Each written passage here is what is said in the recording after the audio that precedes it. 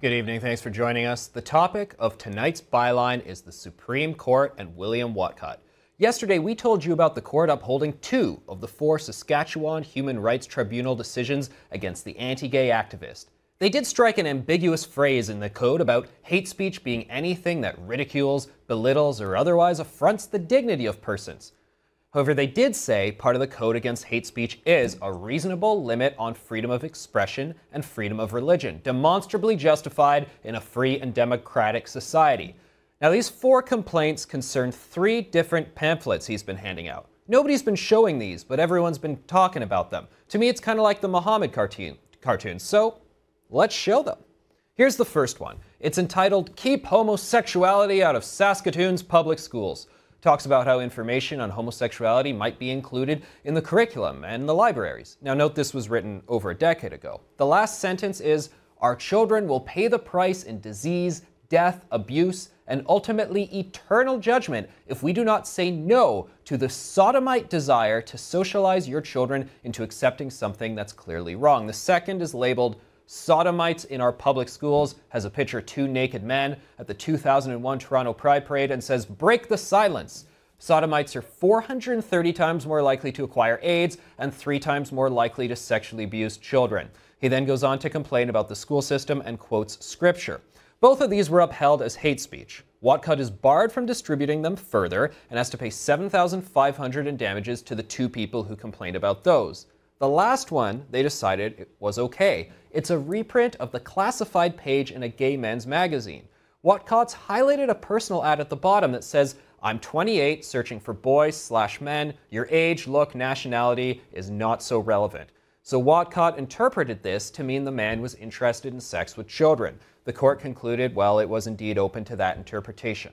So there you have it. That's what we're dealing with. Scandalous? Maybe. Something to disagree with, maybe even something to be offended by. But the question, dear viewer, is it enough to ban a man's opinions from being publicly aired? Okay, part of the problem with all of this is how loosely worded all these terms were in the decision. I read the full decision yesterday, and it reminded me of the first time I read the Charter of Rights and Freedoms. For a document written by trained lawyers and jurists, I found it full of vague and imprecise terms, the very antithesis of lawmaking, I thought. Here's some quotes that really stuck out to me. "Hate speech lays the groundwork for later, broad attacks on vulnerable groups that can range from discrimination to ostracism, segregation, deportation, violence, and in the most extreme cases to genocide." Social ostracism, so that's like not being invited to the cool kids parties. And we have deportation policies in place already. We don't deport someone just based on what some random blogger alleges. As for genocide, which is murder, well, that's illegal. See, that's the thing. If we're worried about harmful actions happening, well, then we prosecute harmful actions. Another, "The prohibition only prohibits public communication of hate speech, does not restrict hateful expression in private communications." So they're saying, don't worry, we won't come into your house and tell you what you can say to your spouse. Gee, thanks. Again, hate speech can also distort or limit the robust and free exchange of ideas by its tendency to silence the voice of its target group. This makes no sense to me. It depends upon the other person's barometer of offense. Different people will feel silenced depending on how timid they are. I know no form of hate speech against me could shut me up. Okay, lastly, the only expression which should be caught by the code is hate-inspiring expression that adds little value to the political discourse or to the quest for truth, self-fulfillment, and an embracing marketplace of ideas. And this, folks, is the most telling one. Who among us would you entrust to decide which ideas add value to political discourse? Nobody, I should hope. I disagree with Whatcott's views, but I know that if they can use this shoddy, vague, ambiguous judgment to fine him and shut him down for these piddling little pamphlets, well then what's to stop them from changing tack and doing the same to me or to you? And that's the byline.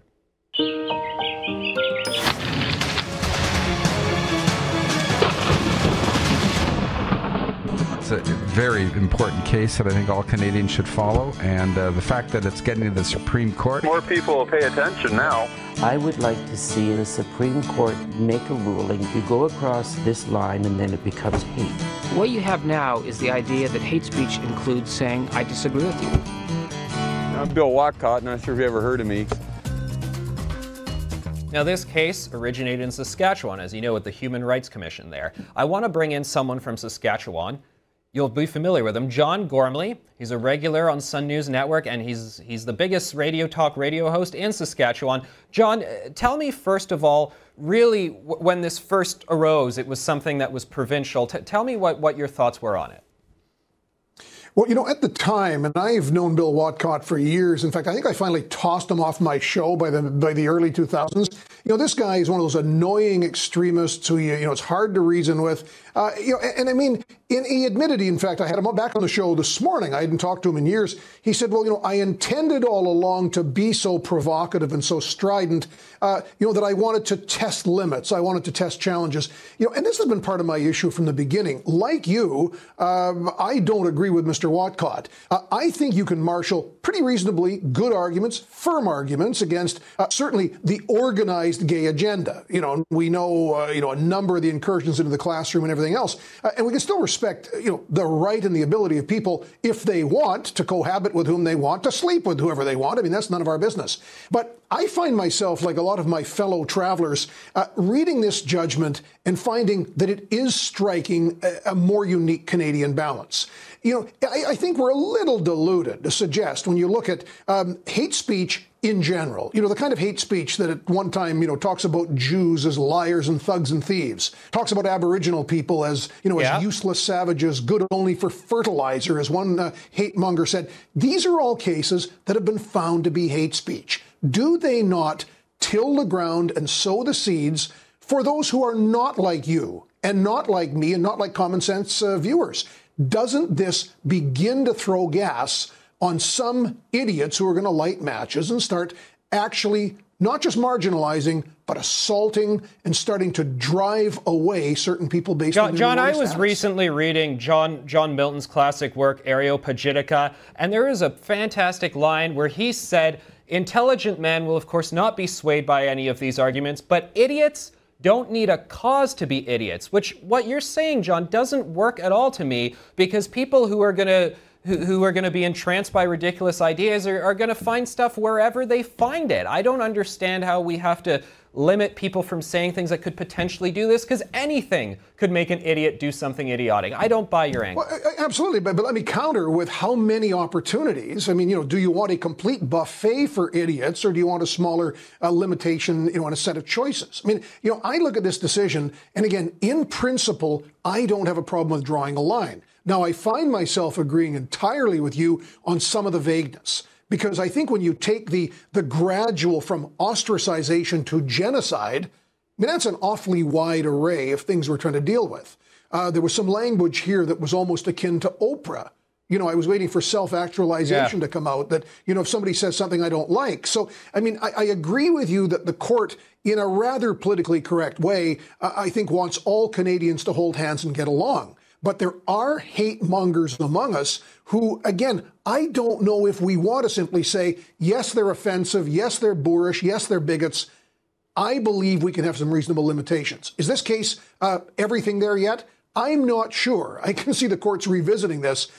Good point today. Michael Plaxton, the law professor, has raised the issue that when you urge people to be careful with speech, that they have to lawyer up and get a legal opinion on when you can express a sexual view as not to marginalize homosexuals, aren't you really limiting access to the entire debate? And I think Professor Plaxton's onto something. So I'm not sure they've cut a fine enough point yet in law. Yeah, but John, I'm not so clear on this idea when you say, well, there are hate mongers out there, and I'd like you to provide me with an exhaustive account of how you determine who those hate mongers are and who they are. Because in another time, in another place, you and I know all too well that we could take a guy who's saying, I believe that gay men should be able to adopt children, and we could throw him up against the wall, and we could put him in prison for saying that, because that's a completely radical notion in certain places and times. Again, who among us can decide. And I resent the idea when you say the Anthony Furys and John Gormleys. They're the rational guys, but there's some other brutish thugs out there